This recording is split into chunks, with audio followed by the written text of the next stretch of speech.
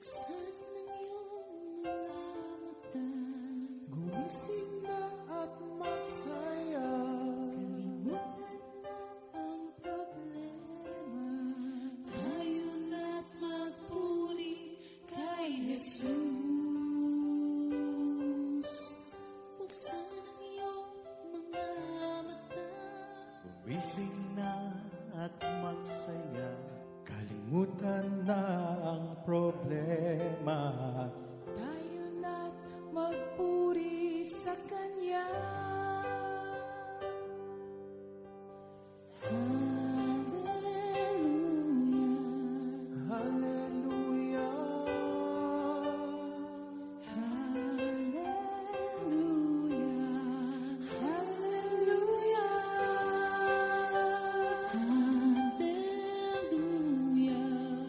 Hallelujah.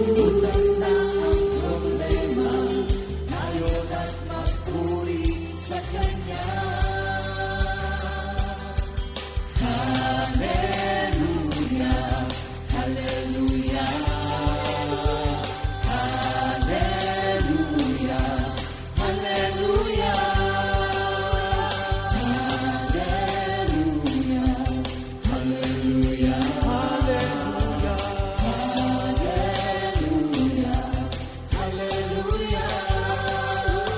Buksan ang iyong mga mata, gumising na at magsaya. Kalimutan na ang problema, tayo na't magpuri kay Jesus. Buksan ang iyong mga mata, gumising na at magsaya. Kalimutan na ang problema, tayo na't magpuri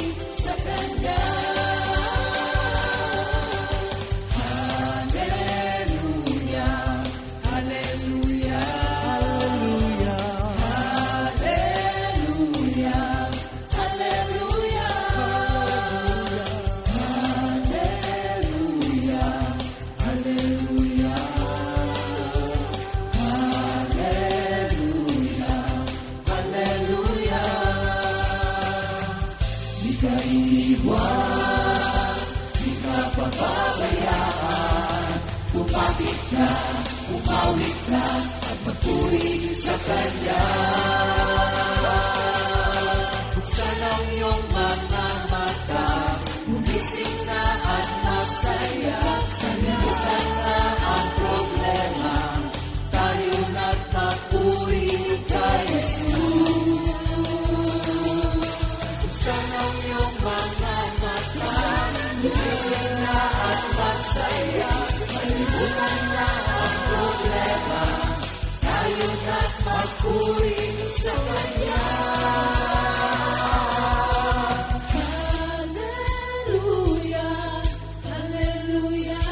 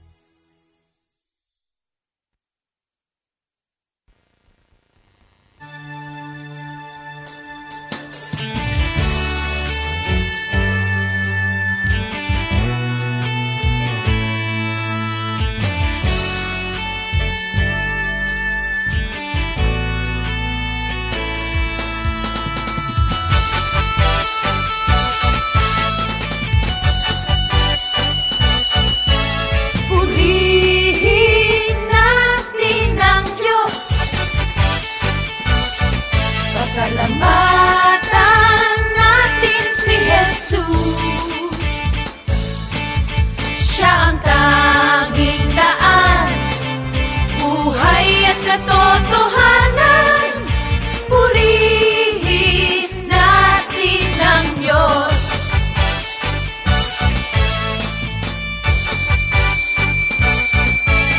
Purihin natin ang Diyos. Pasalamatan natin si Jesus.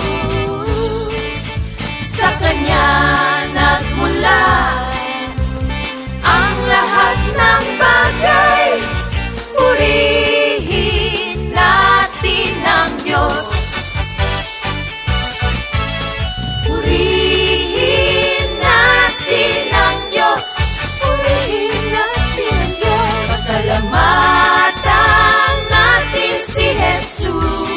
Si Jesus. Siya ang tanging daan, buhay at katotohanan. Purihin natin ang Diyos. Kay Yahweh, walang imposible. Magaganap ang lahat ng nais niya. Kay Yahweh, walang imposible. Pagkat siyang makapangyarihang Diyos.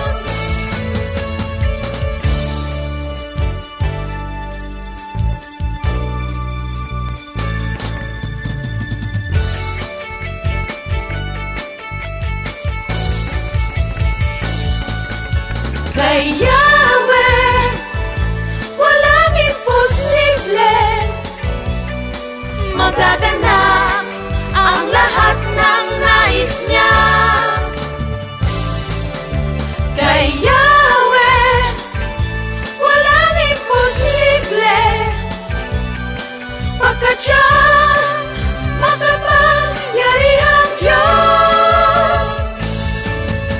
Kay Yahweh, walang imposible. Magaganap ang lahat ng nais niya. Kay Yahweh, walang imposible. Pagkat siyang makapangyarihang Diyos. Purihin natin ang Diyos. Purihin natin ang Diyos. Purihin natin ang Diyos. Purihin natin ang Diyos. Purihin natin ang Diyos.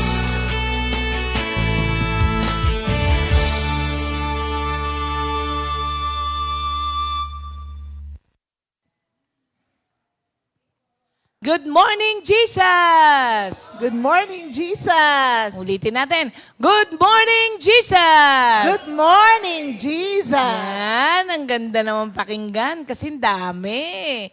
Thank you, Lord. Blessed Monday, mga kapatiran. Umulan, ano? Konti lang. Konti lang ba yun? Hindi. Opo, madaling araw. Kagabi Konti tsaka lang. madaling araw. Kagabi rin ba? Napaano naman, mainit. Sinusumpong. Hindi. Yan. Sa kanya. Yan. Okay. Thank you, Lord. Kamusta naman po ang inyong buong linggo? Ganap at kasiyasiya, alive in Christ. Merong mga alive dito, yung mga nag-outreach, oh. Si Mami Paz, oh. Si Mami Paz, mas maganda pa siya sa'yo ngayong umaga. Ay, praise God. Kasi saya-saya niya. Hindi ako natulog, Dari eh. Parehas tayo. Ako naman ito, 2:00. Thank you, Lord, ha. Every day is an opportunity to serve the Lord. Kaya, masaya nga abangan mo lagi yung bawat araw. Mga kapatid, ano man po yung inyong circumstance, huwag niyo pong pabayang i-define yan ng buong araw mo. At yan ang pag-uusapan natin, di ba, ngayong Amen. araw na to. Amen. Pero bago ang lahat, pray muna tayo. Amen. Praise God. Thank you, Lord. Hallelujah. Thank you, Jesus. Lord, salamat po, Lord, sa oras na to na pinagkaloob mo sa amin. Salamat higit sa lahat, sa kalakasan, magandang kalusugan sa aming pagising, Lord. Maraming salamat po. At kayo po, Lord, ang manguna sa amin. Kung wala ka, wala po kaming magagawa. Patnubayan mo po kami ni Sister Ria at sa lahat ng makikinig, Panginoon, buksan mo po ang puso't isipan, lubos na matanggap ang iyong salita. Salamat, Lord, sa pribilehiyong binigay mo sa amin, lagi makapaglingkod sa inyo. We love you, Lord, and we praise you. In Jesus' name we pray. Amen. Amen. Thank you, Lord. Sabi ni Jerlyn, sa Laia daw, super init po ng panahon. Parang summer. Hindi lagi naman. Sa Laia, hindi ba? Magandang umaga po sa mga kapatid natin sa ibang bansa. Kagaya ni Sister Tilet. Sister Tilet, thank you, Lord. Nakabalik na kasi siya ng Chicago. O kaya kasama na natin ngayon. At kay Luis. Luis! Hi, Luis! Si Luis nakakaawang i-video call. Oo, pag Umiiyak. pag nagbababay na, sinasaktan niya na si Tata. Kasi ayaw niya magpaalam eh. Oo. Tsaka may youth na rin po sila. Oo, tama, may youth na nga. Ang ganda naman po ng version ng opening song. Oh, maraming salamat po sa mga Lalog Sisters. Amen. Magkakapatid po yan. Kung hindi nyo po nalalaman, ngayon alam nyo na po. Magkakapatid po sila. At good morning din kay Sister Marisa na nasa Japan na. Palit sila ni Sister Gina. Sister Gina naman ay nandito pa. Nandito pa ba Sister Gina? Gatmaitan at si Brother Romel. Ayan. Wala pa yung ibang mga kapatiran natin Mga 85 na silitary. Dito sa Hong Kong po, ulan ng ulan. Binabaha na din ngayon. Ba? Sabi ni Sister Tess, Mercado. Oh, Parang gusto nating umuulan, no? Kasi sobrang init. totoo. Gusto ko Umulan umulan kaninang madaling araw, pero ngayon, mainit na. Maganda ang araw sa mga naglalaba. Kaya nagpapasalamat sila. At sa Team Bohol, na pauwi na mamaya. Pauwi na sila mamaya eh. Ay, oo, sila Sister Sally. Oo, travel mercy sa inyong lahat. Ingatan kayo ni Lord hanggang Amen. pagbalik. Kay Nanay Guring, nakita niyo ba yung video ni Minister Ali? Ni si Nanay Guring, sayaw ng sayaw. Oo, sobrang ano niya, Praise no? God. Sobrang saya Nakakatuwa. niya nung anniversary, kaya... Sabi ni Pastor, malakas pa, no? Katulad ni Engelbert. Oo, 87 years old. Parang mas malakas si Tom Jones. Oo. Hindi mo ba Ilang napapanood taon na sa si The Tom Voice? Jones? Si Tom Jones ay 83. Ooh, 83, ha? magaling naman. Si Engelbert, 87. Oo, galing. Oo. Patay na, di ba? Patay na ata. Ay. Oo, matagal na. Matagal na, Arnold. Sa Pangasinan, maulan-ulan pa rin. Buti pa sa kanila, maulan-ulan. Pero mainit din, Tari. Doon, oo. Sister Ana Mosquera, good morning din sa'yo. Sister Weng. Yan. Siya nga pala, next week ay anniversary ng Quezon City. Amen. Happy anniversary. Happy anniversary sa taga QC. Hindi kayo invited, ha? Kasi gagawin nila sa Nova Town. Limited lang. Fellowship yun, oo. Sister Reg, good morning. Brother Ed, Sister Trining, Brother Rino, and Jeremy, good morning sa inyo. And also, good morning kay Gio Aquino. Gio, see you soon. At kay Ivy, good morning din.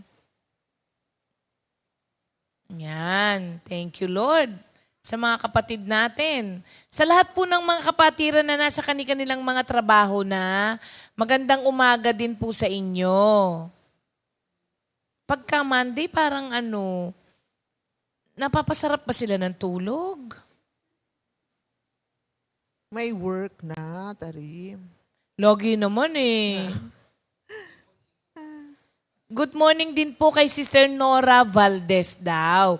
Sister-in-law ni Pichi sa Hawaii. Ayan. Hello po, Sister Nora. Gandang umaga sa inyo. Ang Team Bohol daw ay nasa Dawis. Oo, sa pamangkin ni Sister Olive na si Sister Joy. Pauwi na daw sila after lunch. 1 p.m. pala sila. Mag-isa lang mami mo? Mag-isa lang siya? Ng 9? Kasama Sister Olive tsaka Sister Josie siguro. Sister Noemi naman at si Sister Bebot, 1 p.m. Oo nga. Mission accomplished na raw sila. Thank you, Lord. Sa mga masisipag na mga Amazona, sugod na sugod sila no? Yung bakasyon nila actually ay evangelization. Amen. Oo. Sa mga kamag-anak ni Sister Olive, lalo na. At ang sabi ni Sister Sally, yun daw pong mga kapatiran natin sa Bohol, ready na ulit. Oh. Oo. Hinihintay na raw nila si Minister Ed. Oh. Congratulations, Brother Ed. Ready na daw yung ating mga kapatiran. Ang isa pang ready na daw ay ang ating Isabela. Ready na ba kayo? Si Mr. Ali lang ang ang sumagot ng malakas. Amen daw. Okay. Pag-pray natin mga kapatid ha. Okay, thank you Lord. Sa umagang ito, good morning anak sa Canada. Ay, hello, David. Oo nga. Na nasa Canada at si Ella. O yan, thank you Lord. Si Andoy, mukhang wala ngayon si Andoy Si Andoy may school? Nag-aaral din para si Andoy? Lahat sila, ganon. Okay. Thank you, Lord. Okay, start na po tayo mga kapatid. Maganda yung pag-uusapan natin. Pero bago ang lahat, nandito po ang memory verse of the week. Mark 9:23. Yes, said Jesus, if you yourself can, everything is possible for the person who has faith. Ayan, Mark 9:23. Yes, said Jesus, if you yourself can, everything is possible for the person who has faith. Yan, tandaan niyo po yung ating memory verse na yan. Pero sa umagang ito, pag-aaralan po natin ang John chapter 5, verses 1 to 9. Basahin ko po, John 5, 1 to 9. After this, Jesus went to Jerusalem for a religious festival. Near the sheep gate in Jerusalem, there is a pool with 5 porches. In Hebrew, it is called Bethzatha. A large crowd of sick people were lying on the porches, the blind, the lame, and the paralyzed. A man was there who had been sick for 38 years. Jesus saw him lying there, and he knew that the man had been sick for such a long time. So he asked him, "Do you want to get well?" The sick man answered, "Sir, I don't have anyone here to put me in the pool where the water is stirred up. While I am trying to get in, somebody else gets there first." Jesus said to him, "Get up and pick up your mat and walk." Immediately the man got well. He picked up his mat and started walking. The day this happened was a Sabbath. So yan po yung ating pag-aaral sa araw na ito. For 38 years, sabi nung binasa natin, yun pong mama dito, yung tao dito, has been sitting on his mat for 38 years. Gaano katagal yon? Sino ang 38 years old dito? Wala na? Matatanda na tayong lahat? Imaginein po ninyo, for 38 years. And every day for this man is the same. Kasi nga, hindi siya makalakad eh. So, yun at yun din ang araw sa kanya. Nauubos ang araw-araw niya at naubos ang araw niya for 38 years waiting, watching, hoping sa kanyang sitwasyon. Pero walang ganap. Walang ganap. Oo. Tapos, yung sitting on his mat has become the way of life for him. Parang gigising lang siya para umupo ulit dun sa mat niya.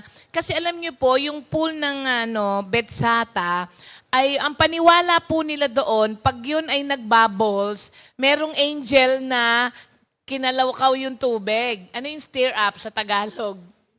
Kinalawkaw, tama. Kinalawkaw yung pool, kaya kapag hinalo? In-steer Oo. So, ang paniwala nila, pag yun ay nagbubbles na, ayan na, may anghel na na kinalawkaw yung tubig, talunan na ngayon. Kasi, ang paniwala nila, kung sino yung unang tatalon doon, ay gagaling. Kaya itong man, sa binasa po natin, naging way of life na po sa kanya yung waiting, watching, and hoping. Naging stagnant ang buhay niya for 38 years. Tapos, wala namang mangyayari kasi nga, sabi niya kay Jesus, wala namang magdadala sa akin doon. Hindi naman pwedeng magbabad siya doon. Kasi ang paniniwala, pag nagbubbles, tsaka lang tatalon. So, ang nangyari rin po sa kanya, nawala sa isip niya na ang buhay ay wala doon, na hindi nakabase doon sa pagkalawkaw ng tubig, doon sa pool. Nakalimutan niya na ang buhay ay nai-stir up within us. Sa loob natin. Hindi doon sa mga pang-outside. Kaso, na-convince na siya na yung bubble outside of him ay magiging magic sa buhay niya. At yun ang magbabago ng buhay niya. Kaya, naghintay siya doon for 38 years. And hoping na may magbago. Pero 38 years, di ba? Napakaano na nun. Napakatagal na nun. Napakatagal na nun. Anong nangyari sa kanya? Alam nyo, yung mat, yung kanyang banig na daladala, nirepresent na po nito yung, alam nyo ba yung as soon as na pamumuhay? As soon as na pamumuhay. Para bang, ako ito. Ano ba yung as soon as mo? Kasi pwede mong dugtungan yung kahit yung as soon as. Akin, sabi ko, as soon as na matapos yung bahay, magda-diet na ako, babalik na ako doon sa diet ko. Ganon. As soon as. Ano ang as soon as po ninyo sa buhay? Ikaw, ano ang as soon as? Pag as soon as pumayat ako,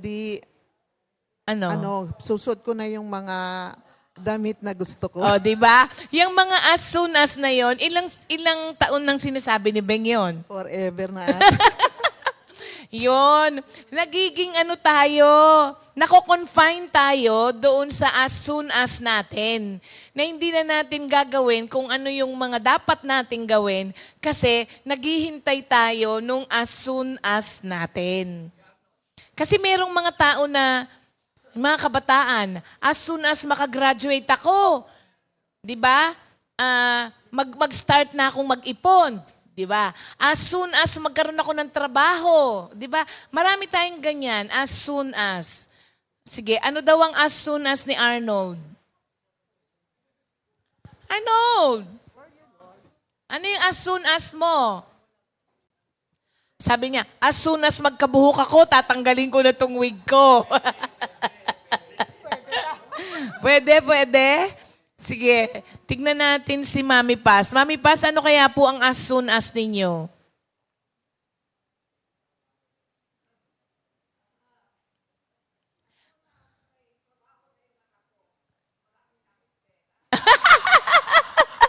Alam ko, parang mali yung ano ni Mami Paz. Kay Mami Paz, as soon as magkatrabaho yung anak ko, mapapanatag na yung isip ko. Matatahimik na O siya. kaya, wala na akong susuportahan.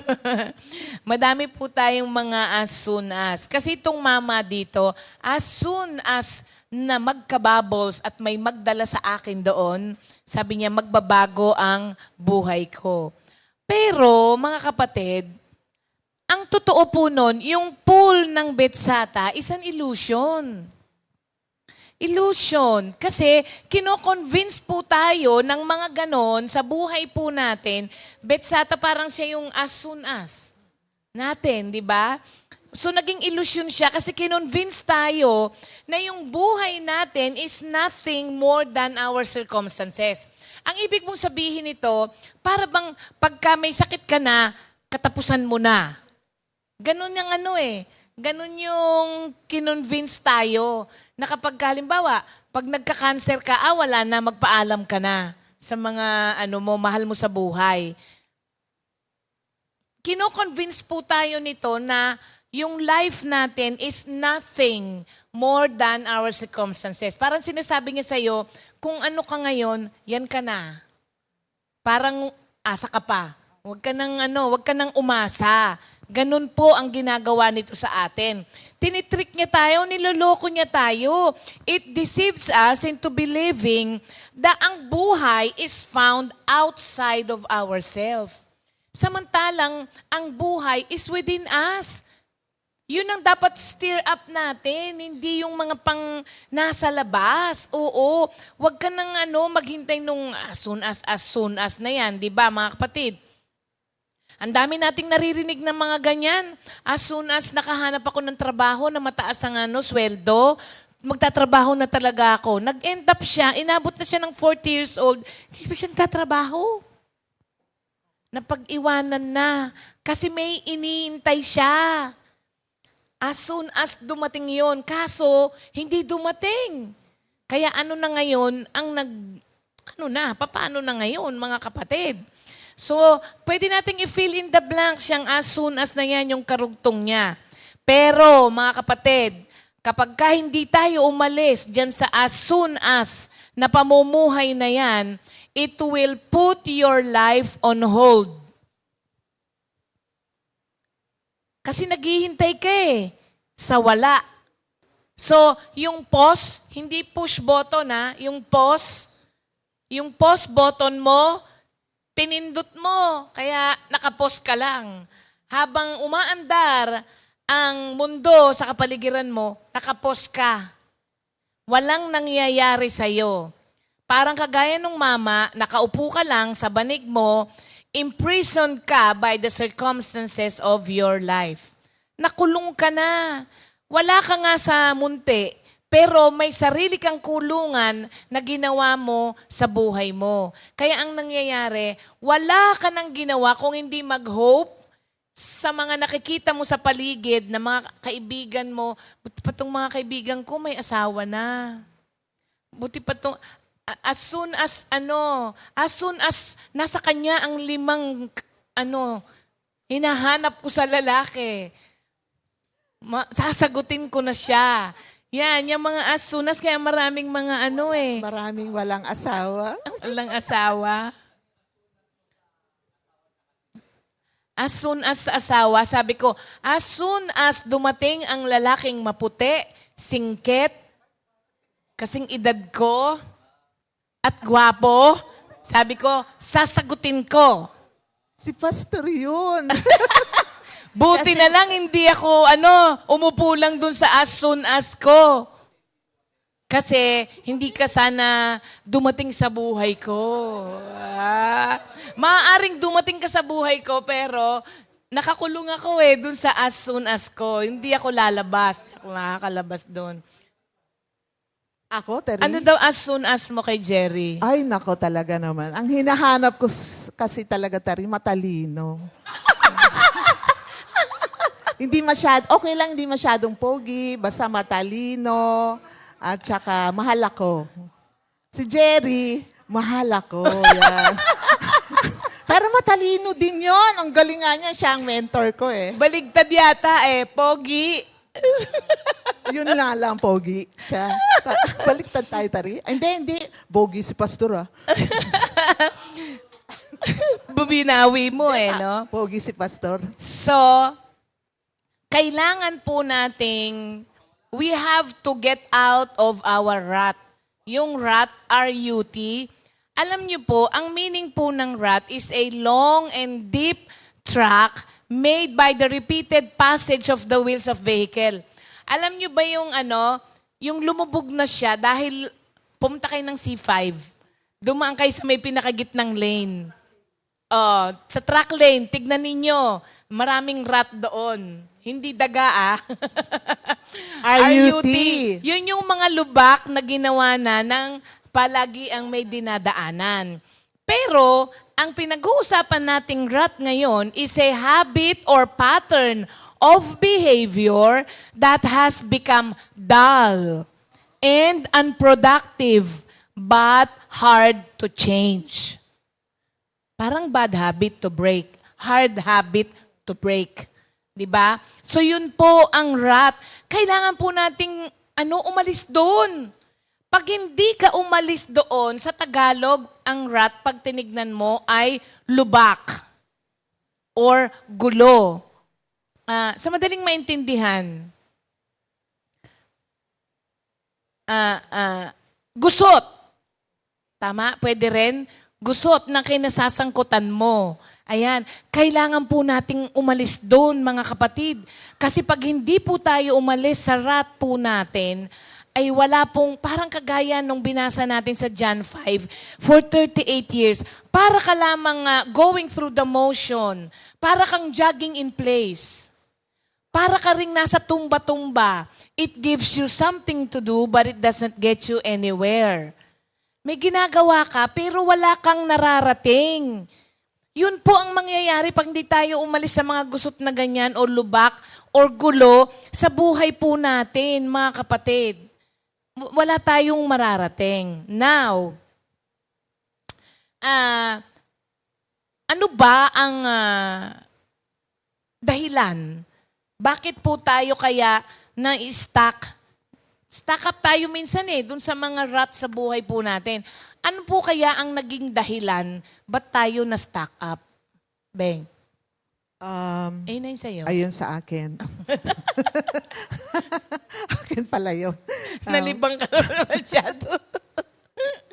Praise God. Totoo po na minsan na-stuck up tayo dun sa place na hindi dapat tayo nandun. Siyempre ayaw natin doon. Kagaya nung sa John 5, di ba? Ayaw niya nung may sakit. Sino ba naman may gustong may sakit, nakahiga sa mat? Di ba? Alam ko wala na may isa sa atin na gustong may sakit eh.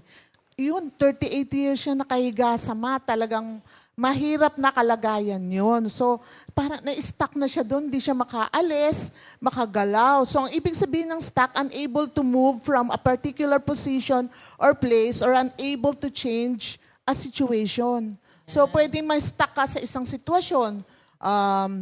Pwedeng sa utang. Na-stuck ka na, gusto mong makaalis sa pagkakautang. Pero nandun ka pa rin. Di ba? Mahirap yun. So, hindi lamang pagkakasakit. Ano pa? Yung mga relationship na hindi dapat. Na-stuck ka na dun, di ka makaalis-alis. Binubugbog ka na. Nandun ka pa rin. Hindi makaalis. Aray ko naman nun, no? So, dapat, ano ba ang dapat natin gagawin sa ganong pagkakataon? Alam niyo sa Old Testament, kahit ang mga Israelites, na-stuck din sila nung slaves sila ng mga Egyptian. For 400 years, stuck sila sa Egypt. And then nung nakalaya naman sila, pinalaya sila, na-unstuck sila ni Lord, Naging wanderer naman sila na dapat 2 weeks lang, ang promised land, naging 40 years.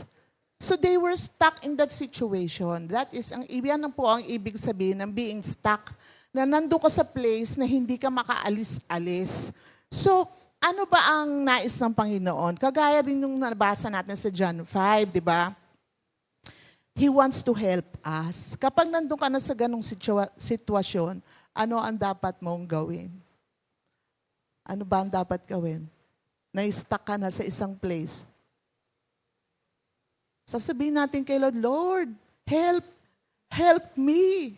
Help me, di ba? Because God wants to help us. Sabihin nga natin sa katabi natin, God wants to help us. Yun. So, yan ang nais ng Lord. Hindi niya tayo gustong mahirapan. Pero, kailangan ka dun sa lugar na yun. Yan ang dapat natin tawagin. Hindi panibagong utang. Hindi panibagong asawa. Partner. No. We have to go to God and ask help. Sabihin nga natin, help Lord. Yun. So, yun talaga ang nais ng Panginoon. Humingi tayo ng tulong sa Kanya. Sa John 5, ayan, lessons that we must learn. We can learn dun sa John 5. First, we must want to get unstuck. Una, syempre, gusto natin matanggal tayo dun sa sitwasyon na yon. Sino naman ba gusto na 38 years, di ba? Syempre, kaya gusto niya nang bumaba dun sa pool, wala lang magbaba sa kanya. Kasi yun dun ang kanyang faith na yun na magpapagaling sa kanya. So, first, we must want to get unstuck. Kaya nga sabi ni Lord sa kanya, di ba? Do you want to get well? Pag tinanong tayo ni Lord, ano ba gusto mo? Gusto mo ba makaalis sa pagkakautang? Gusto mo ba makaalis sa bad relationship? Gusto mo ba makaalis sa hindi malaman ang gagawin sa sickness? So, yan ang gusto ng Lord sa atin. Tinatanong niya tayo ngayon. Katulad ng pagtanong niya doon sa may sakit na mama. Do you want to get well? Tayo naman, what do you want me to do for you? Parang ganun din yun. Gusto mo magkaanak? Ganun. Ang bait ni Lord eh. Pero, sabi dito, minsan, ang tao nagiging kontento na. Yung bang, relax na lang siya, okay na lang yan. Ganyan na lang ang buhay ko. Di bale. Matatapos din naman ang buhay. Meron kang pamilyang may sakit. Kahapon nga, yung sharing ng ating kapatid sa Kabanatuan, na ang kanyang husband ay may sakit. Pero ang niya, di ba, na hanggang ngayon yun yung faith niya. Lord, 70% na eh. Kasi naging parang gulay na yung husband niya eh. Ngayon, 70% na functioning yung katawan ng husband niya. Nakakalakad na. 30% na lang ang hinihingi niya kay Lord. Lord, kung napagaling mo siya ng 70%, kaya mo siya ipagaling ng 30% na lang. So, ganun din dapat tayo. Yung ating faith kay Lord, hindi tayo humihinto sa pananampalataya sa Kanya. Hindi tayo humihinto na, ito na lang kasi sanay na tayo sa ganun. Hindi na mangyayari yung gusto ko. Ito na lang yung stuck up na ako dito sa ganitong kalagayan, hindi na ako magkakatrabaho, hindi na ako makakapag-asawa. Pero yung faith ng sister natin kahapon, may natitirang 30%. Pero sabi niya kay Lord, Lord, 30% na lang, 70% ka, pinagaling mo ang asawa ko eh. Ano pa ang 30%? So maraming pwedeng gawin si Lord. Huwag tayong porket na-stuck ka sa isang lugar. Pag na-stuck ka kasi para ka nabalahaw. Di ba? Pag may kotse ka, yung na-stuck ka sa putik, kasi naranasan din namin ni Brother Jerry na mabalahaw pag may dala kaming car. Ang hirap, pag pinaandar mo, lalo kang lumulubog. So anong dapat? Diba? Minsan nilalagyan ng, kalyo ba yan? Kalang, kalso. And then, tapos mga tao tumutulong. Ganon din si Lord sa atin. Gusto niya tayong tulungan para ma-unstuck tayo sa ating kalagayan. Napakabuti ng Diyos. Kaya huwag kang komprente na lang na ito na lang, ganito na lang ang buhay ko. Wala nang mangyayari. Hindi. Ano ba gusto mo? Kung yung nasa John 5 niya, ang hiningi niya, si Lord pa nagtanong sa kanya, gusto mo bang gumaling? O ba, grabe yun. Ikaw, anong gusto mong gawin sa'yo ni Lord? Tayo, anong gusto mong gawin ni Lord sa'yo? So, napakahalaga. Ano pa gusto mo? Gusto mo na lang ba dyan? Dyan na lang ikaw? Okay na, ganyan ka na lang. Pero meron tinatanong si Lord sa atin. Kagaya nung nasa John 5, do you want to get well? So, anong ginawa ni Lord? Sabi then number 2, sabi nung mama, di ba? Sabi niya, Sir, I don't have anyone here to put. Ang tingin niya, yung pool ang magpapagaling sa kanya. Sabi kasi sa kanya, do you want to get well? Sabi niya, Sir, I don't have anyone here to put me in the pool. When the water is stirred up while I'm trying to get in, somebody else gets there first. So akala niya doon, yun ang mini Lord na magpapagaling sa kanya. Ayun ang mga sinasabing, minsan ganun tayo mga tao, na yung mind natin ay nakastuck tayo doon sa akala natin. Pero iba ang kaisipan ng Diyos. Sabi nga dito sa Isaiah 55:8-9, my thoughts, says the Lord, are not like yours, and my ways are different from yours. As high as the heavens are above the earth, so high are my ways and thoughts above yours. So talagang iba ang kaisipan ng Diyos sa kaisipan ng tao. Doon tayo sa nalalaman natin, sa mga pamahiin. Diba? Minsan ako, nung nasa college ako, pinatawag ako nung kapatid ng classmate ko, buntis pala yung classmate ko. Tapos, pagdating ko sa bahay nila, ang sabi, hindi ko alam kasi yung gagawin eh. Ang sabi, dilaan ko raw yung tiyan, lawayan mo. Kasi buntis siya kasi nausog ko raw. So marami tayong paniniwala na akala natin yun ang solusyon. Diba? Akala natin pag makati ang kamay, magkakapera. Diba, Tari? Dati paniwala ako din dyan eh. Makati ang kamay ko O pag nakakita ng pusang itim. Hindi natutuloy. Oo. Kasi malas.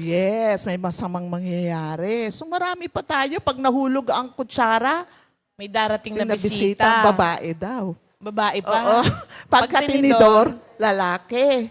So marami tayong mga kaisipan o mga pagtuturo na nakuha natin noong unang panahon. Pero ang totoo, kaya sabi ni Lord, don't rely on what you think you know. Proverbs 3, 5, and 6. And my thoughts and ways are different from yours.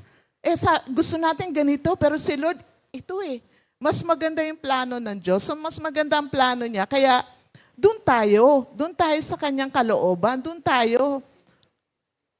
Yan. At pangalawa nga, stop blaming others and making excuses.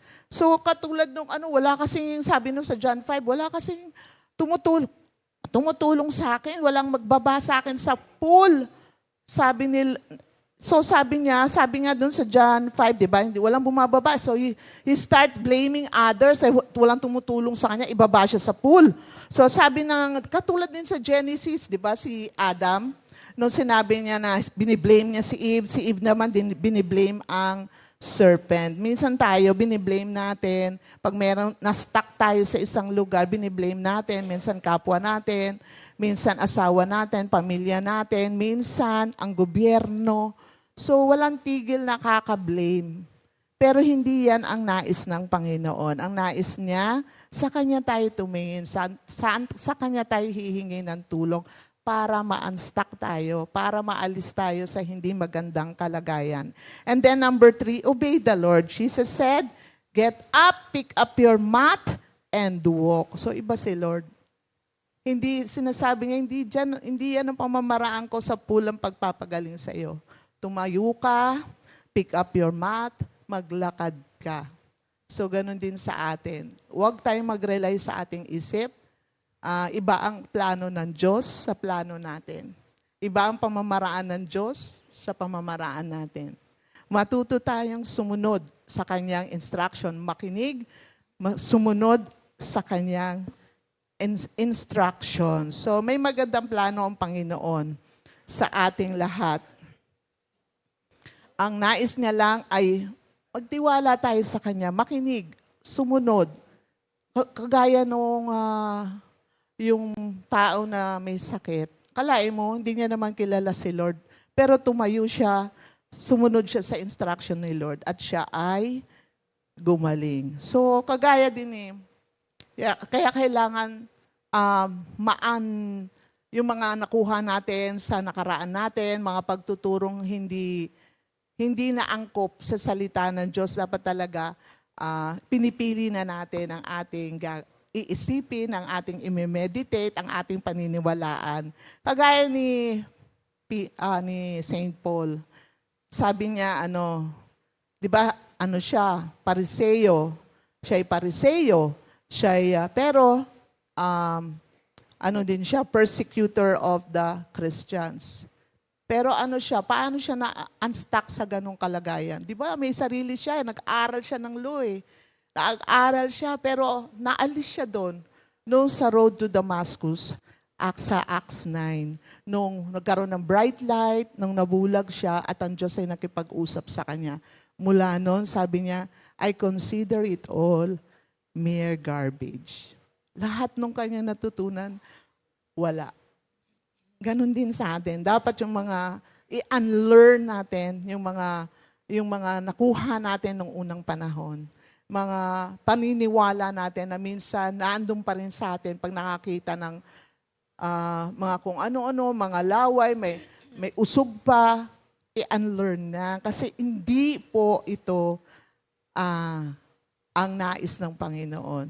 Huwag tayong ma-stuck dun sa mga dating mga pagtuturo.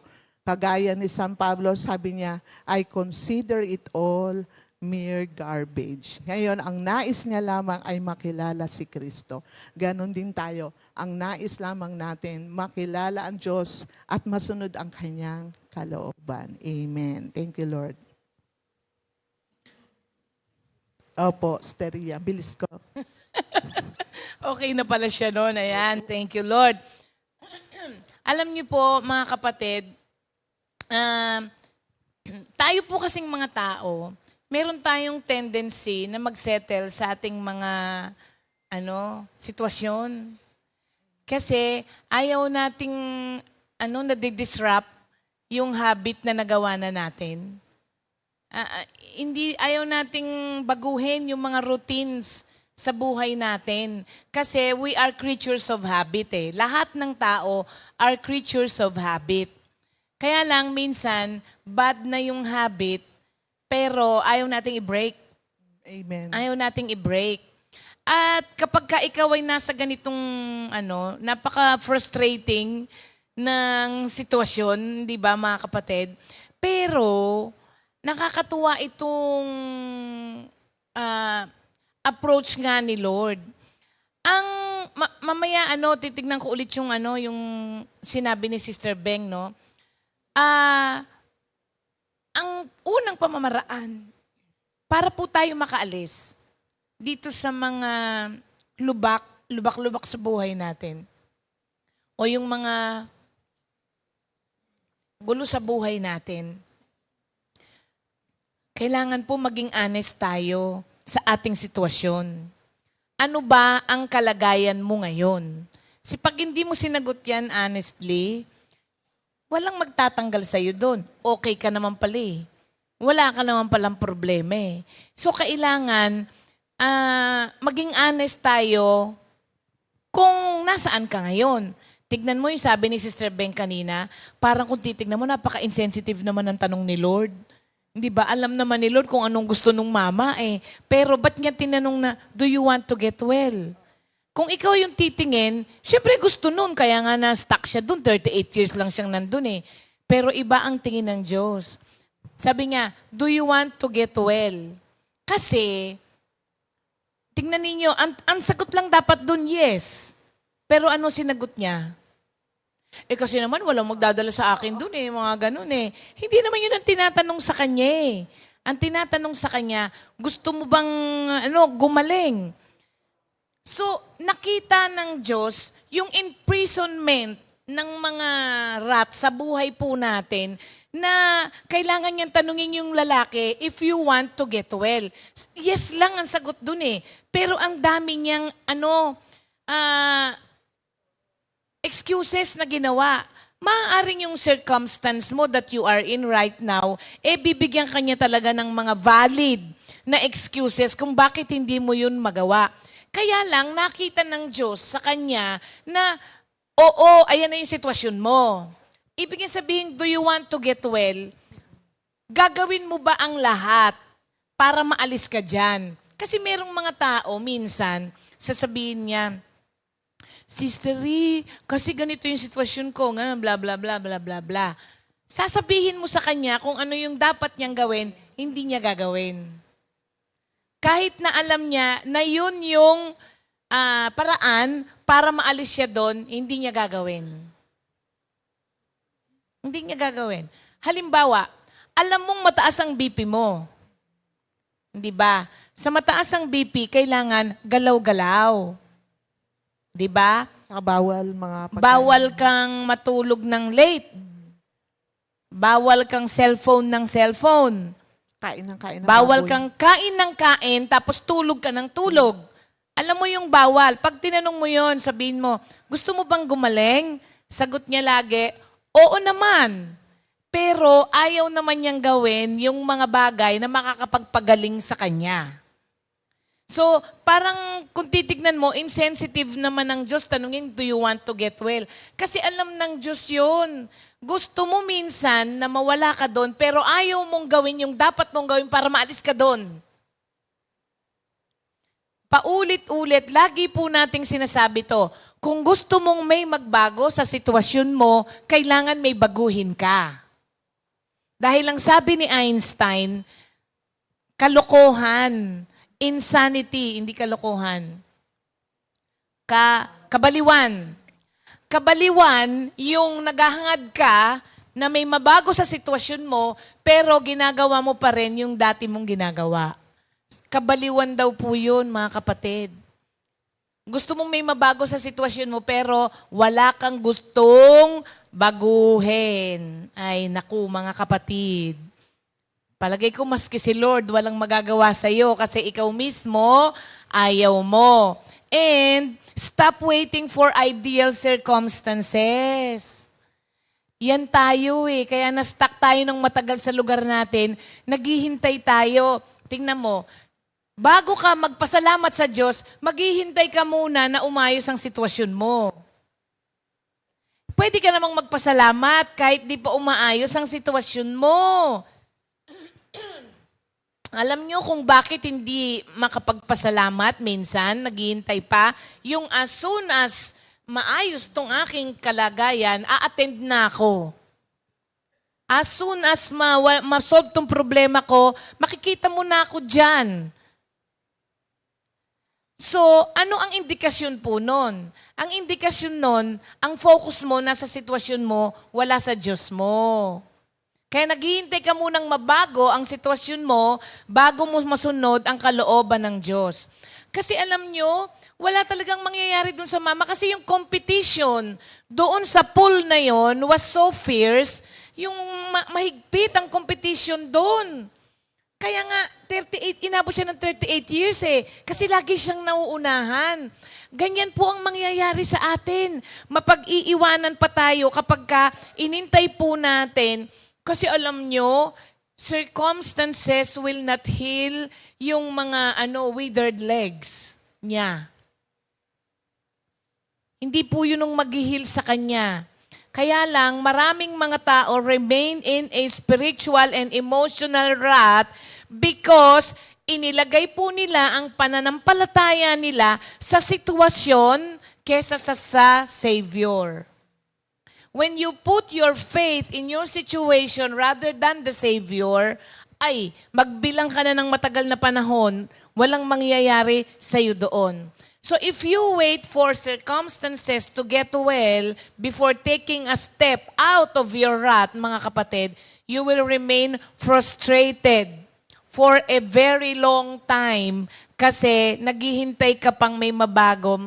Parang naghihintay ka ng turn of events, pero nakaupo ka lang doon. Pansinin po ninyo, mga kapatid, hindi naman po tinulungan ni Lord na dalhin yung mama sa pool eh. Hindi naman eh. Ang ginawa ng Diyos, siya ang pumunta doon sa mat nung mama. Minsan ganyan po tayo. Yung pamamaraan ng pagsagot sa atin ng Diyos sa sitwasyon natin, yung kakaiba. Kaya nga, di ba, God's ways are different from man's. Di ba? Kasi ang thoughts ng Diyos are higher than man's thoughts.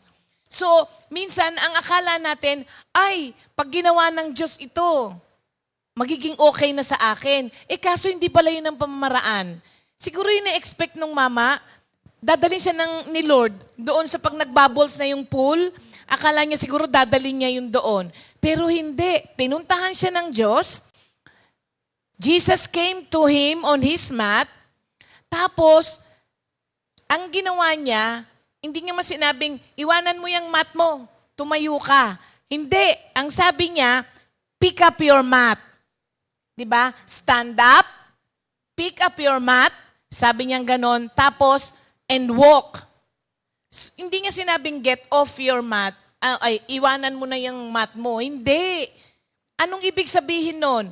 Hindi kailangang baguhin ng Diyos ang sitwasyon mo para mabago yung attitude mo. Ang ginagawa ng Diyos, binabago niya yung attitude natin sa gitna ng sitwasyon natin.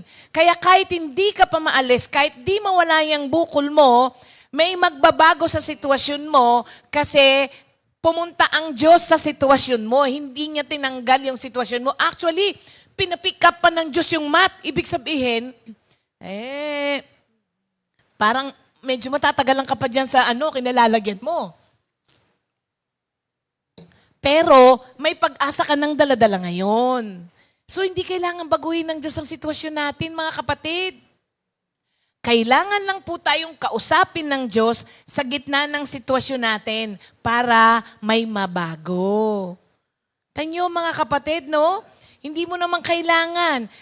It goes with you. Sometimes your situation, your circumstances, kasi sa ayaw at sa gusto po natin, yung mga circumstances sa buhay natin ay tunay.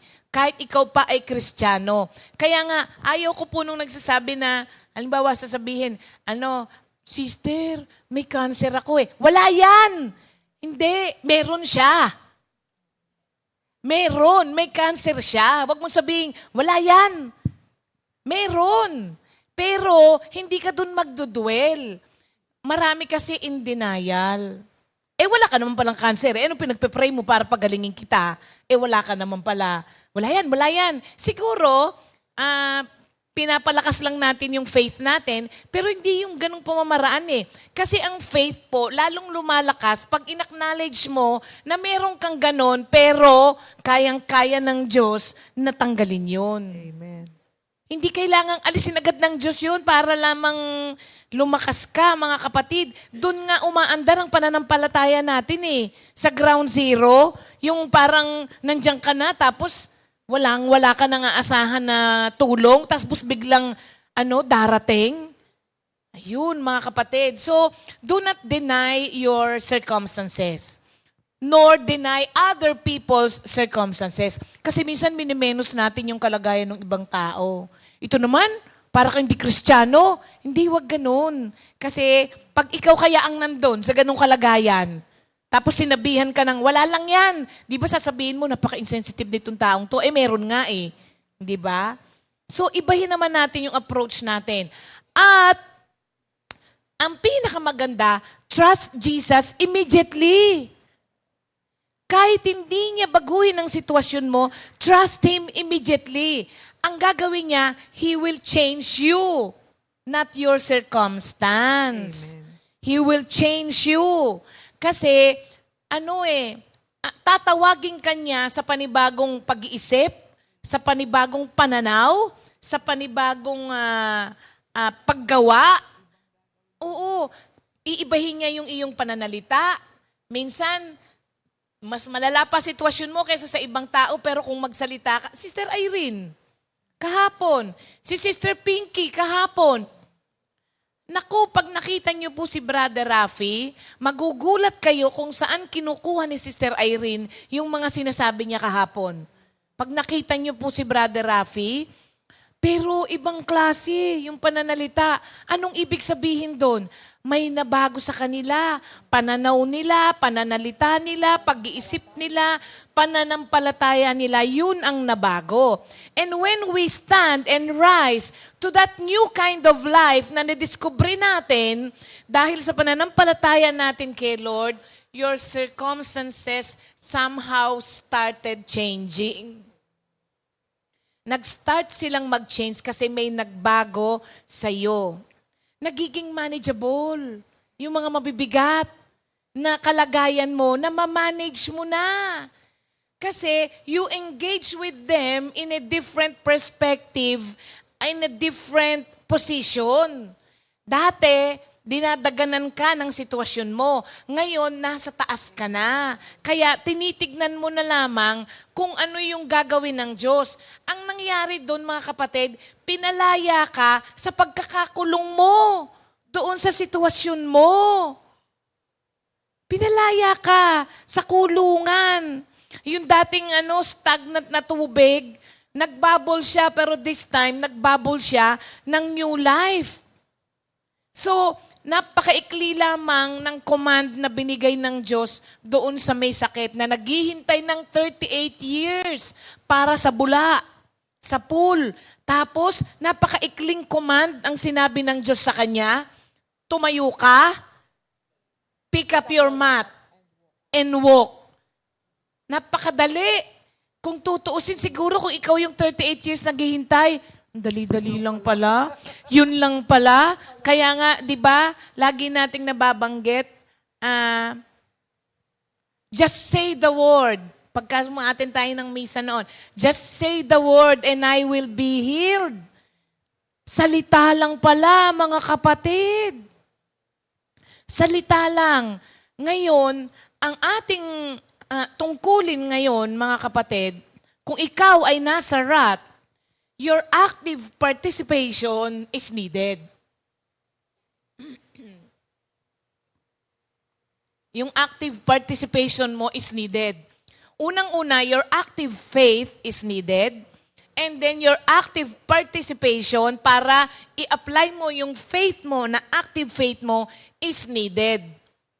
Kasi, kapag ka hindi active, parang kagaya nung yung mama, gusto mo bang gumaling? Yes lang ang sagot. Dami pang sinabi. Hindi ba? Alam nyo ba na yung mga rat sa buhay po natin feeds on hesitation? Pagdadalawang isip. Minsan, gusto mo nang maniwala. Kaya lang, nagdalawang isip. Ano ang sabi sa Santiago? Ang nagdadalawang isip, walang matatanggap na pagpapala. Hindi mo po kailangan, pagka ang Diyos ang nagsabi sa'yo, wala ka ng time to weigh yung merits and demerits. Ang kailangan mo lang, tumayo, i-pick up mo yung mat mo at lumakad. Hindi po pwede yung mga doubts and uncertainty kapag ka ang Diyos na ang nagsabi sa'yo. So wag kang mag-hesitate. Kapag kasalita na ng Diyos ang nagsabi sa'yo, get up. Pick up your mat talaga and get up. Bakit? Pag sinabihan ka ng Diyos na ganon, you can count on His power to enable you para pick up mo yung mat mo na yon and walk. Hindi ka papabayaan ng Diyos na tumayo ka dyan. Tapos hindi niya bibigyan ng lakas yung paa mo. Ano ba naman yun? Parang nonsense naman yun, di ba? Alam ng Diyos ang sitwasyon mo eh. Alam ng Diyos ang sitwasyon ng mama na 38 years nga, hindi makaano eh. So pag sinabi ng Diyos na tumayo ka, ibig sabihin, bibigyan ka pa niya ng kapangyarihan at kakayahan na tumayo. Papatayuin ka ba naman ng Diyos kung hindi niya ibibigay yun? Hindi ba? So, get up, sabi niya, pick up mo agad. Yun ang defining moments ng iyong pananampalataya, kapatid. Pag minis mo yun, na-miss mo yung mark. At ang sabi ng mame, missing the mark is a sin. So, kailangan mo ng decisive commitment. Magdesisyon ka. Kay Lord ka ba talaga mananampalataya o sa circumstance mo? Ang paniniwalaan mo ba talaga ang salita ng Diyos na binigay sa iyo o yung kalagayan mo? Pagka pinili mo na paniwalaan ang Diyos, magkakaroon ng direksyon ng buhay mo. Pero kapag pinili mo na ang manguna sa iyo yung sitwasyon mo, mga kapatid, puro wishful thinking ka na lamang. Abutin ka ng ilang taon na nagwi-wish ka lamang. Now, mga kapatid, ito pong pagkakalugmok natin sa mga sitwasyon po natin ay hindi po biglaan na lamang na nangyayari. Ito po is something that you may not even notice at first, pero pagka hindi mo na-notice yun ang magdadagan sa iyo araw-araw, hindi mo na malayan, nalugmok ka na pala. Tas hindi ka makaalis doon. Ano-ano ang mga palatandaan na ikaw ay malapit ng malugmok sa kinalalagyan mo ngayon? Unang-una, kapag yung araw-araw seems the same to you.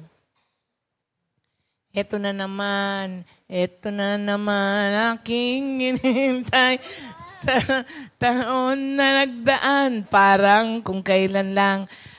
Ito na naman, morning devotion na naman. Ito na naman, GMJ na naman. Ito na naman, prayer meeting na naman. Parang, alam nyo ba kapag minsan, mabuti kung pare-parehas lang yung araw dahil masaya ka ngayon, tapos everyday masaya, mabuti kung ganon. Minsan hindi Meron ba kayong mga moments na, ano bang araw na ngayon? Ano bang date na ngayon? Ba't nagkaganon? Senior moment lang ba yon? Pero minsan, kasi pare-parehas na lang ang araw sa iyo. Naging routine na lang. It doesn't matter kung Monday ngayon, kasi parehas lang ng pakiramdam ng Friday at saka ng Monday, Tuesday, Wednesday, Thursday, pare-parehas na lang.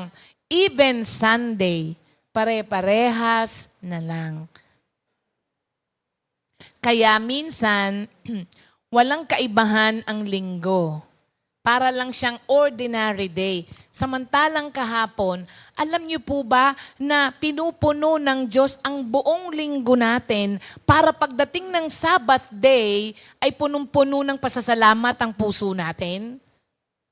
Pero bakit may pumupunta ng Sunday na lugmok ang itsura?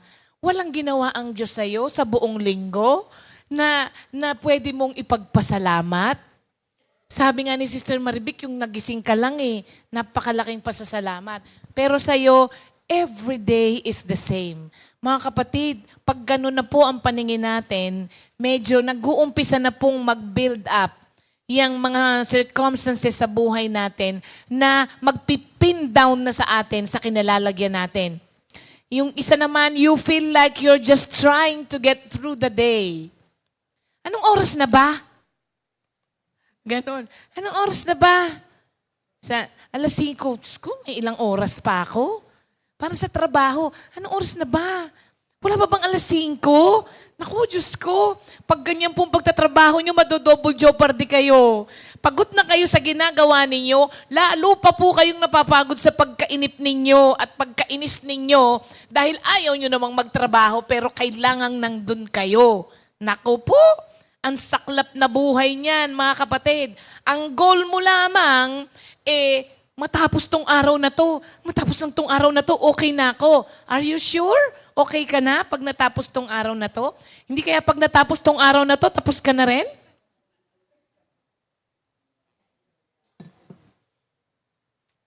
Ito ang isa. You feel unmotivated.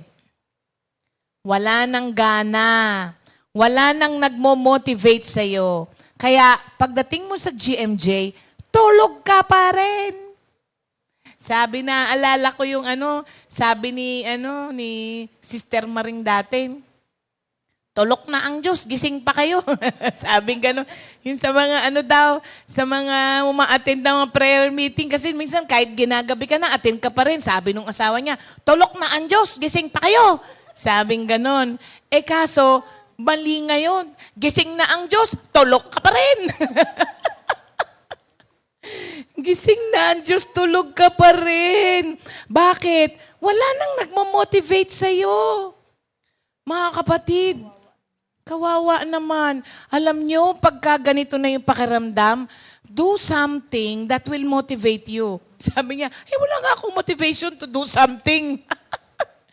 Diyos ko, day.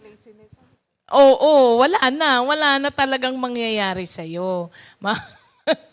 Kasi, ito pa yung mga bagay na nagbibigay ng excitement sa'yo dati, ngayon, they feel uninteresting na. Oo, naging burden ordinary na. na lang. Yung Ordinary. dating tuwang-tuwa ka kasi nagagamit ka, ngayon pag ginagamit ka, ako na naman, lagi na lang ako. Wala na bang iba dyan? Ako lang bang worker dito? Samantalang dati, tuwang-tuwa ka. Excited nung una. Oo. So, hindi na interesting yung buhay. Kaya instead of moving forward towards your goal, parang hinuhukay mo yung kinalalagyan mo. Hinuhukay mo eh. Kada reklamo mo, isang ganon. Palubog. Lalong pinahirapan, Tarin. Oo eh. Palubog ka ng palubog sa kinalalagyan mo. At ang masaklap, same spot. Doon ka lang. Mabuti kung umuhukay ka ng papasulong. Kaso, same spot ang inuhukay mo. Oo. And when you are unmotivated, you feel unfulfilled. Kapag ka wala ng fulfillment na nangyayari sa buhay mo, malapit ka na. Malapit ka na, kapatid. Kasi ano ba naman ang saysay nga ng buhay? Parang wala nang dahilan mabuhay, Tarin. Oo. Minsan naman, nagkaroon ka ng motivation. Hindi ba? Na baguhin. Kaya lang, pumasok naman yung takot ng consequences ng mga gagawin mo. Hindi pa nangyayari, natatakot ka na. Nagkaroon ka na ng anxiety. Magastos yan. Di ba? Parang nagkaroon ka ng motivation na mag-travel. Kaya lang, magkano bang gastos dyan? Magkano ba yung dyan? Pero may pera ka naman. Kaya lang, everyday tinitignan mo kasi yun. Huwag kang magkukulang. Kailangan madagdagan ka. Dumami ng dumami. Pag namatay ka, walang nakakaalam ng account number mo, hindi alam kung nasa ng ATM mo, naiwan sa bangko. Ang masaklap nito, kapag ka ikaw ang maraming pera, nag-asawa ulit ang asawa mo, lahat nung inipon mo at sinabi mong, sayang, na-enjoy, nag-travel, yung bagong asawa ng asawa mo, sa perang hindi mo ginamit sa pag-enjoy mo. Di ba, mga kapatid? Kaya nga sabi ni Pastor dun sa isang kasister natin, ay, Pastor, marami kong magagandang bedsheet. Ba't niyo po ginagamit? Sabi niya, pag may bisita lang, sabi ni Pastor, sige kayo, pagka kayo nawala, nag-asawa ulit yung asawa niyo, yung bagong asawa niya gagamit ng bedsheet niyo. Sabi si Pastor naman, ay naku, talaga po. Tapos nag-isip siya, oo nga, Sabi niya ganun. Minsan ganyan po tayo. So, sometimes we want change, pero ayaw natin yung mga discomfort na kasama nung mga gusto nating change. Hindi ba, mga kapatid?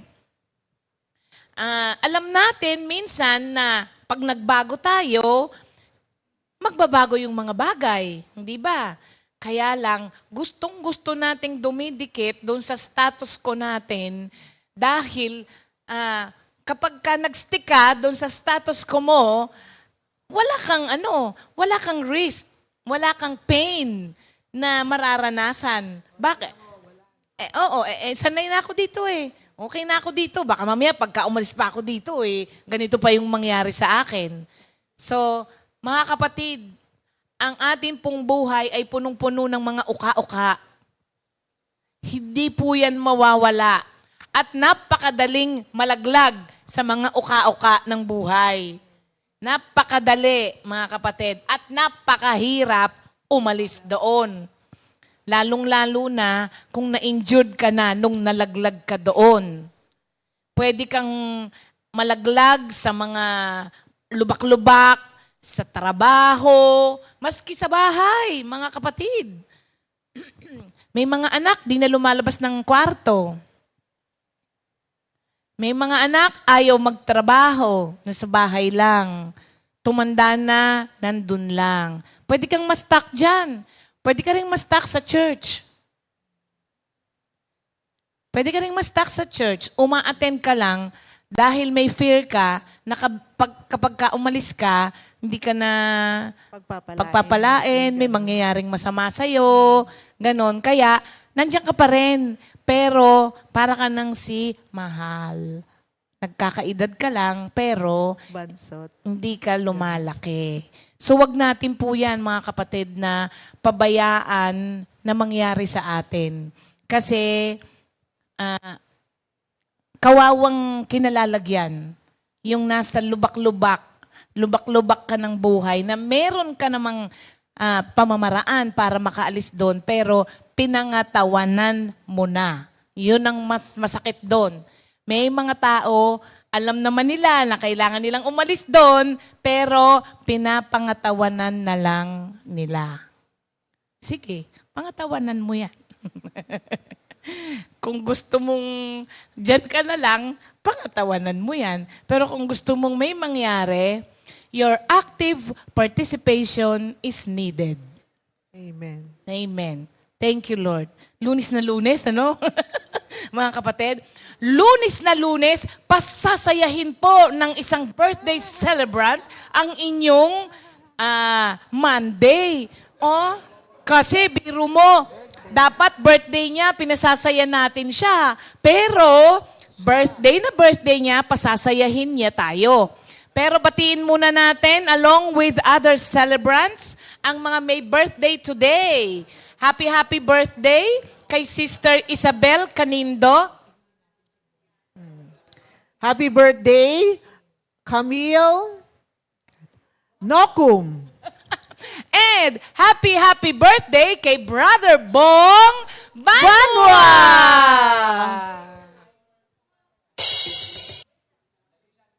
Ay, sorry. Mali. Okay, ulitin natin. Happy birthday. Pwede na? Jess? Hindi daw. Okay. Sandali lamang po. At basahin muna natin yung comment. Madaming comment. Sabi ni Jerome, pogi pala si Tatay Jerry.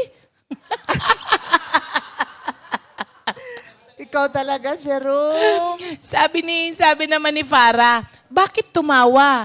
Kuya Jerry o si Ate Beng? Para. Oo. Ibig niya sabihin, sino daw ang comment din ni Sister Vicky, yes, there are people who are self-sacrificing and loves to bear hardships and has gotten used to it and thought that it's their fate. Tama yan. Merong mga ganyan. Yung sinasabi mo nga, Opo. na binubugbog na, Opo. bugbog sarado na, pero ayaw umalis dun sa sitwasyon. Kasi parang ang tinanggap nila na, ganito na talaga. Wala Tsaka na akong... pinakasalan ko ng chef. Oo. Till death do us part. Oo, naku, parang po. Di ba pwedeng i-barangay? Mali yata yun. Mali yata yun. Kahit po asawa ninyo, wala pong karapatang manakit sa inyo. Amen. Oo. Pwede bang wag ganyan? Wag nang ilagay yung mga pangalan, tapos si Bong lakihan? Oo. O kaya pabayaan mong gumaganyan sa likod. Yan. Pero malaki si Bong, ayan. So sabi niya, changes requires a lot of radical thinking and earnest desire to change. Grabe naman yan, Sister Vicky. Thank you, Lord. Okay. Narito na po. Mamaya basahin natin ulit yung mga ng ating mga kapatid. Pero ulitin natin. Happy birthday, Brother Bong Banua!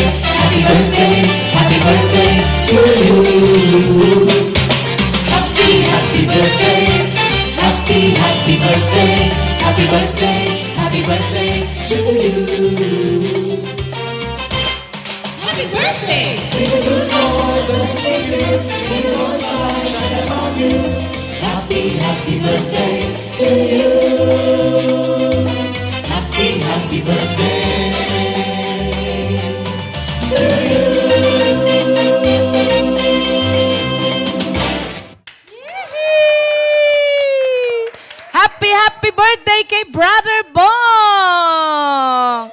Thank you, Lord. Namiss niya yan. Namiss niya. O, Bong, pasalamat ka muna.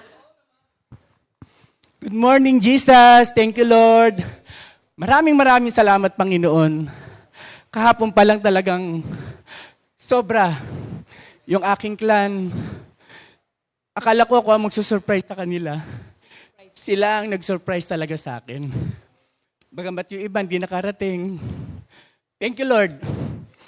Para sa para sa clan ko yung kahapon. 2 o'clock sa lander sa mga manggagawa. Thank you, Lord. Thank you, Lord. Alam mo, ang galing niyang si Bong lagi pag birthday niya. Talagang Oh, generous yun eh. iniipunan niya talaga yon.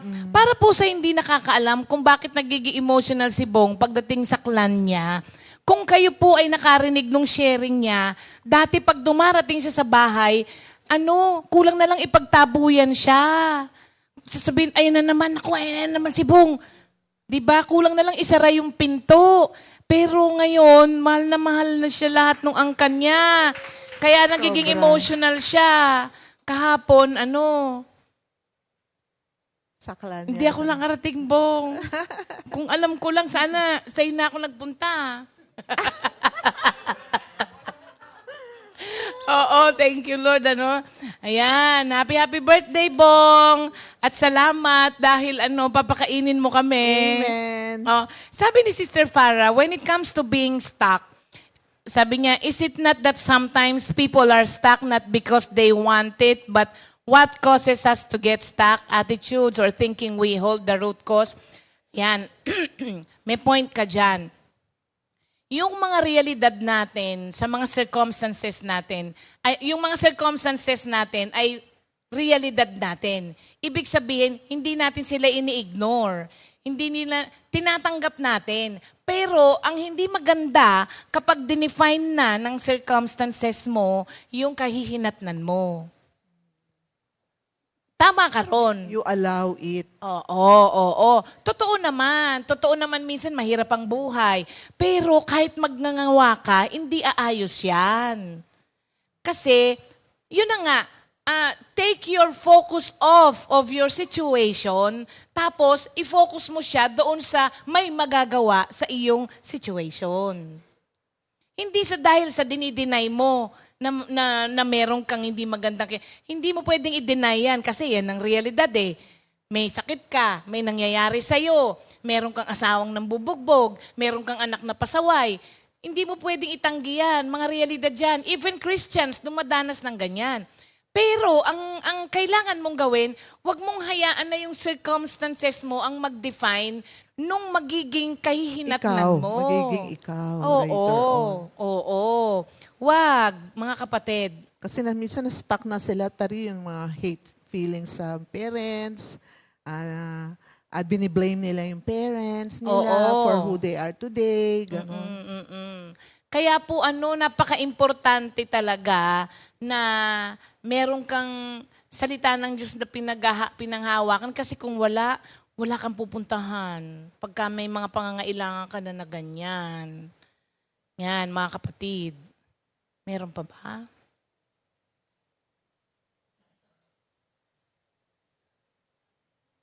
Sama daw si Sister Vicky Del Rosario sa Landers.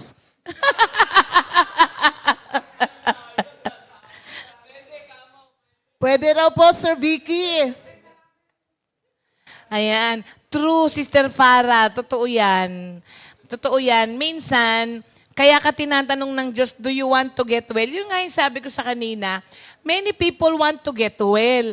Pero ayaw nilang gawin yung dapat gawin to get well. Yes. Alam mo yon? Kaya tinanong siya eh. Kasi yung changes na mangyayari sa kanya, merong commitment on his part. Kasi kahit sabihin ng Diyos na, tumayo ka, pick up mo yan. Kung ayaw naman yan tumayo, sasabihin niya, hindi ko nga kaya, 38 years na nga akong lumpo, paano ako? Wala. Kaya tatangin muna ng Diyos, gusto mo ba? Gusto mo ba? Oo, gusto mo Gusto mo ba? ba? Kasi baka mamaya, Gusto mo bang pumayat pero sasama sa Landers? yan, Invited exactly. Si Sister Rita sasama din daw. Hala ka, Bong, Lagat ka, nag-announce Bong. ka. Ayan. Pwede po. Pwede po. Si Lord po ang magbabayad. Sabi ni Sister Sari, Sister Rick, konting sharing, may isa pong pinapuntahan si Lord para i-pray over. Best friend ni Sister Olive, kamag-anak ni JR. We shared the Word of God. Then tinanong ko siya kung ano ang gusto niyang hilingin kay Jesus. Alam mo, Tari, ang sabi niya with teary-eyed, ano to ha, may cancer to. Pero hindi niya raw sinabi na gusto kong gumaling sa cancer. Ang sinabi niya, gusto kong humingi ng tawad kay Lord. Nagulat ako sa hiniling niya. Akala ko healing ang hihilingin niya.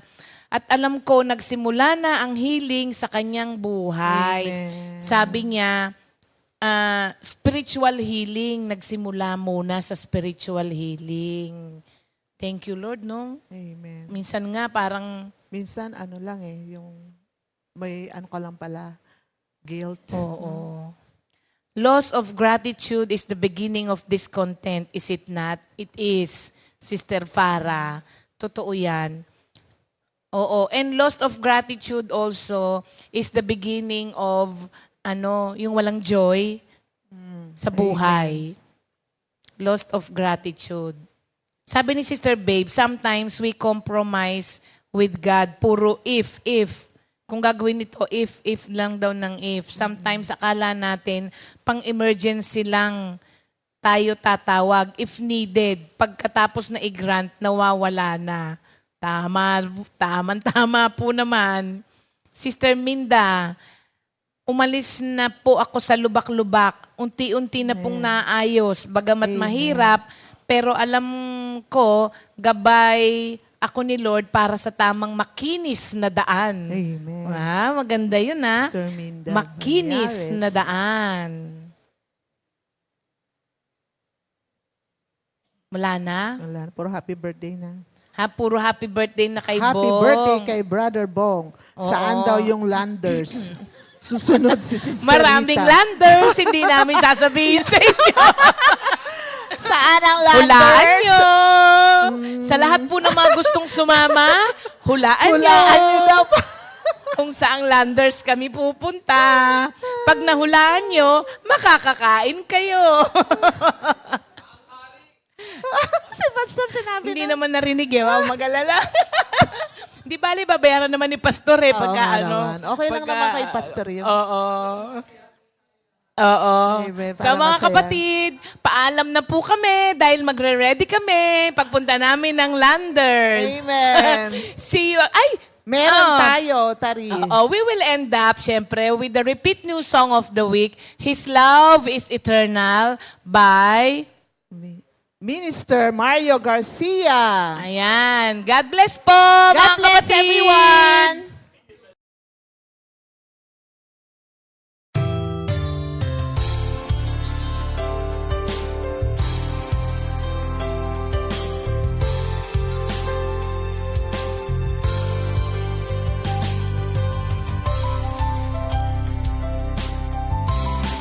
Give thanks to the Lord.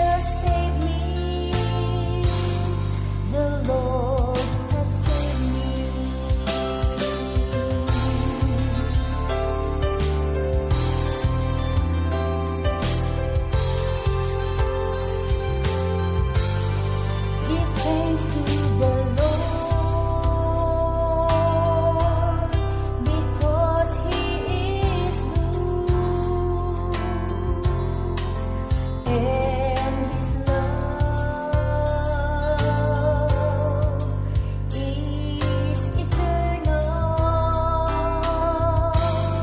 Let the people of Israel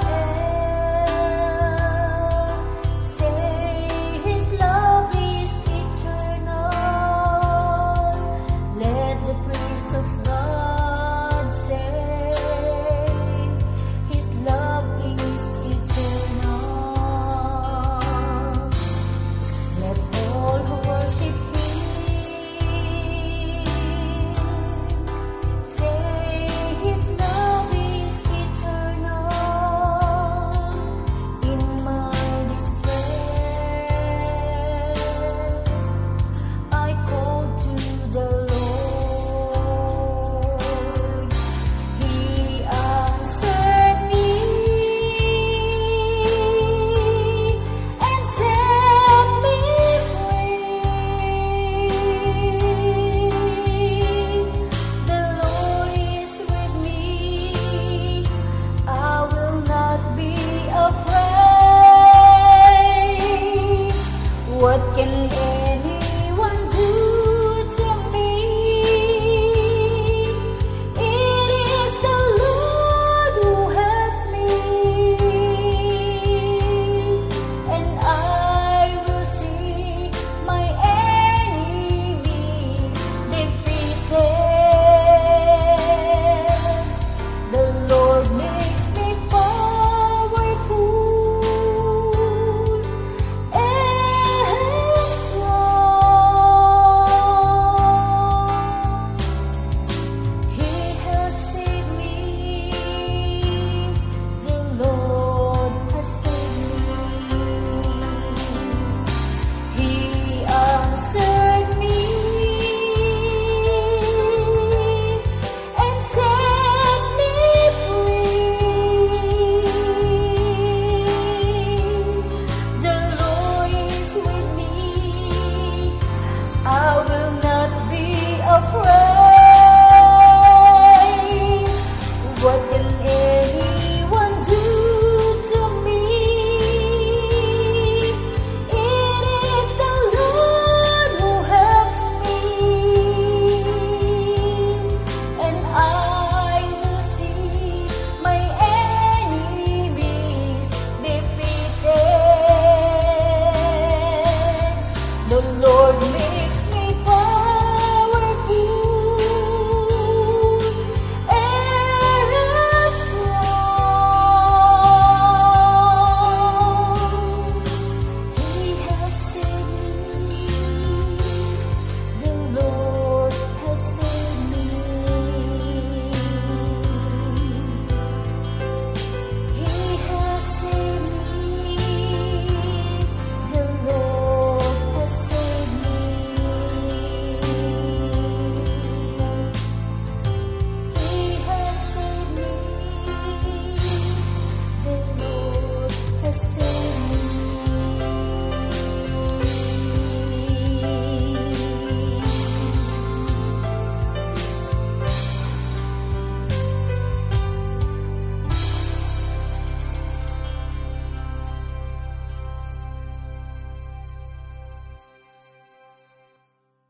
Second